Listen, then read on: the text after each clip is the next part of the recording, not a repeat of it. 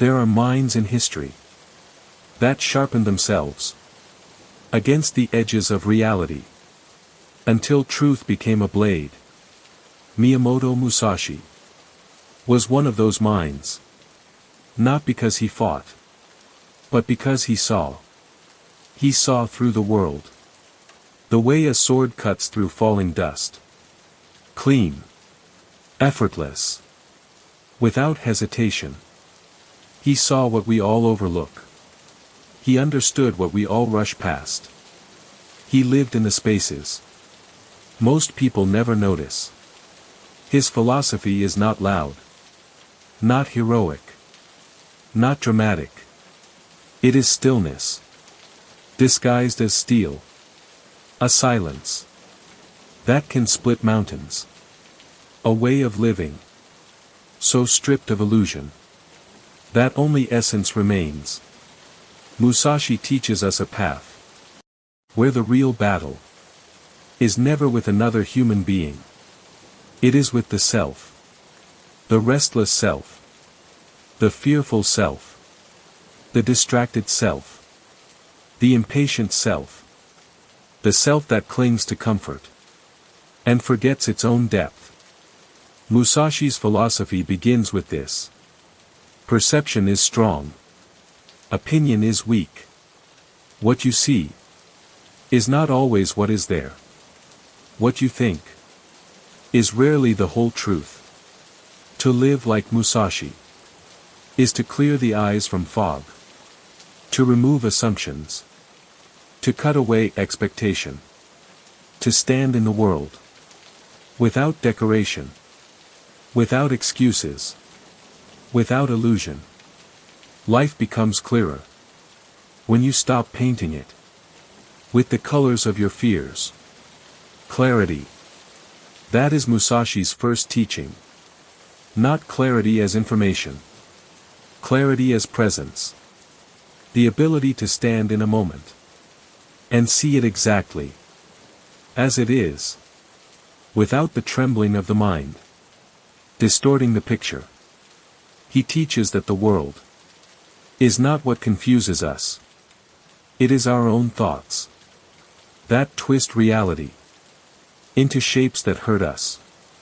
To perceive the world cleanly is to remove the blade from your own throat. There is another lesson. A quiet one. One that drifts into the mind. Slowly. Like a dim lantern approaching through fog. He says, do nothing that is of no use. The words fall like stones into a deep well. Useful and useless, we fill our days with noise, with movement, with distractions that give us the illusion of progress. We respond to everything. We react to everyone. We chase impulses like leaves blown by the wind. And at the end, we wonder why we feel empty despite being constantly busy. Musashi teaches that usefulness is not about productivity. It is about intention. Every action should carry weight. Every thought should have a purpose. Every step should be deliberate.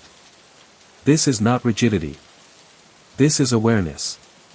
A sword is only sharp if you sharpen it. A mind is only sharp if you choose where to place it. In the way of Musashi, attention is life.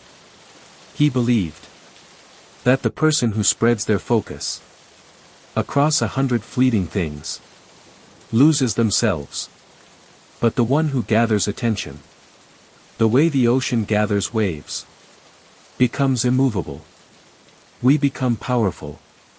Not when we do everything, but when we choose the few things worth doing deeply.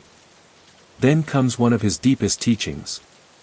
The one students of life spend years contemplating.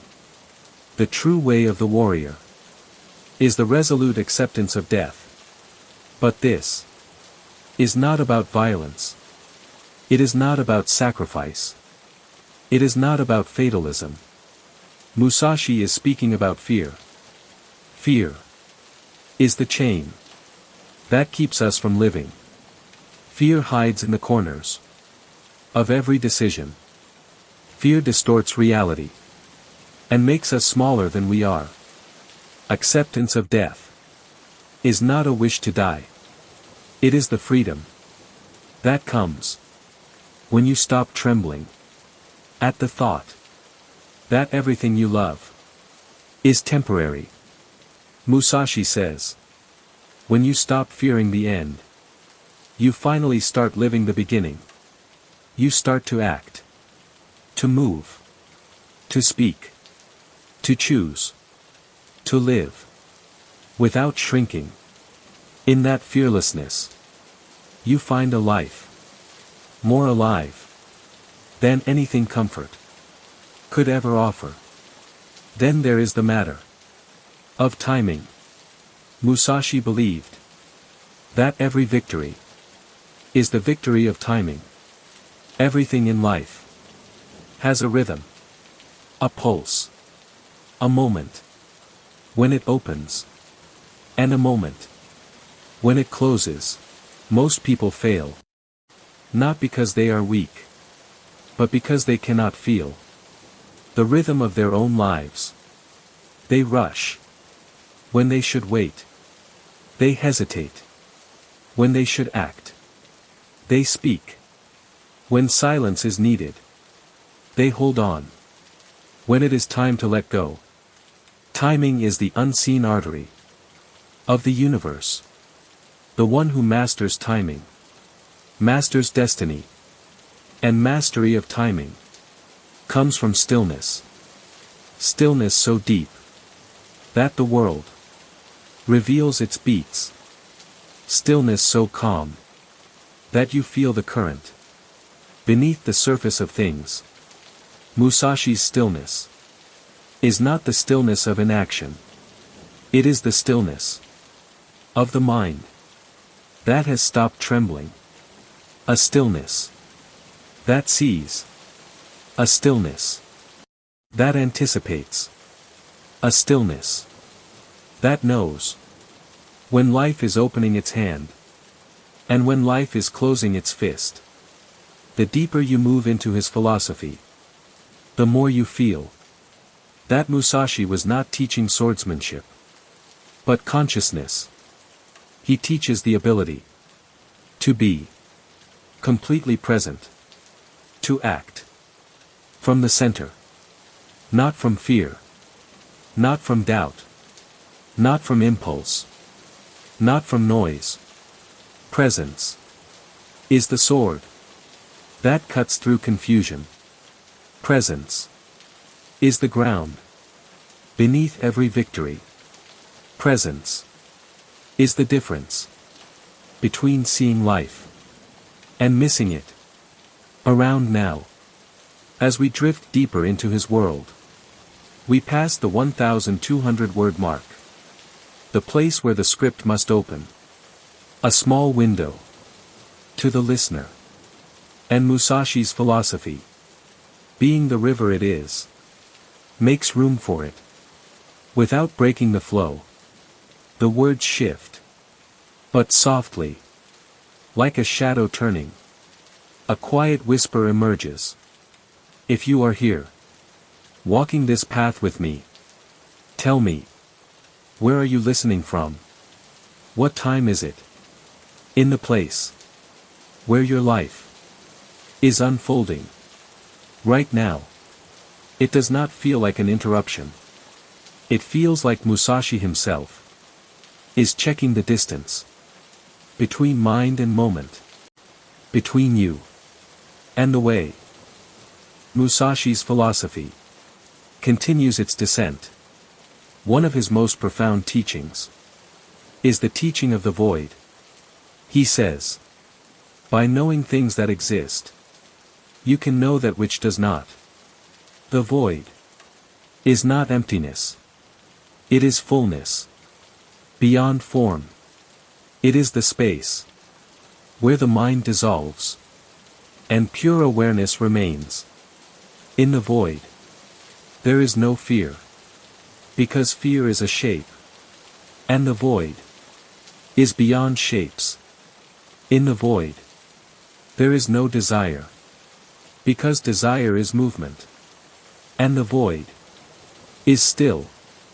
In the void, there is no hesitation, because hesitation is the mind arguing with itself, and the void has no arguments.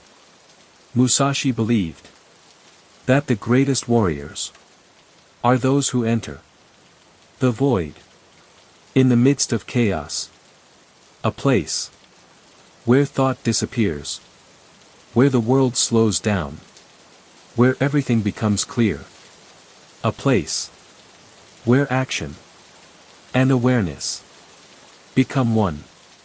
To touch the void is to touch your original self, the self before fear, before ego, before noise, before expectation, the self that simply exists. The deepest line Musashi ever wrote is also the simplest. The way is in training. Life is not something you master. It is something you train for. Every day, you train. In patience. In clarity. In presence. In discipline. In awareness. Training is not repetition. Training is transformation. To train is to shape the self into something clean, something sharp, something steady. Training is not about skill. It is about character. And character is the one thing the world cannot take from you unless you give it away. Musashi teaches that the way is walked alone, not lonely, but alone. Because mastery is not found in crowds. It is found in silence, in long hours, where no one is watching, in inner battles no one applauds, in discipline that leaves no witnesses. You grow when the world is asleep. You sharpen when no one is listening. You rise when doubt pushes you down.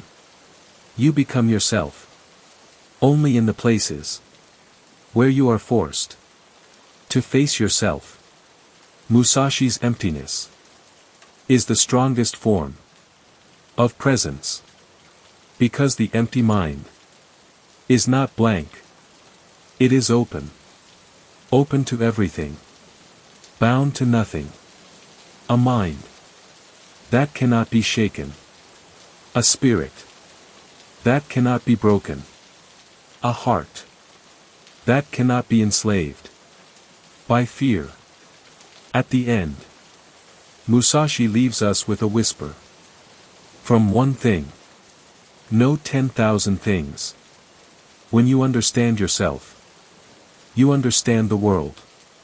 When you master one art, you master the pattern that repeats in all arts. When you conquer one fear, you conquer the shadow that hides in all fears. Mastery is not a destination. Mastery is a way of seeing, a way of walking, a way of breathing, a way of existing that turns life itself into the path. And Musashi's final lesson is this: the way is in the heart, not in the sword, not in the technique, not in the victory. In the heart that is steady, quiet, unmoved, aware, alive. And when you live from that center, everything you do becomes the way.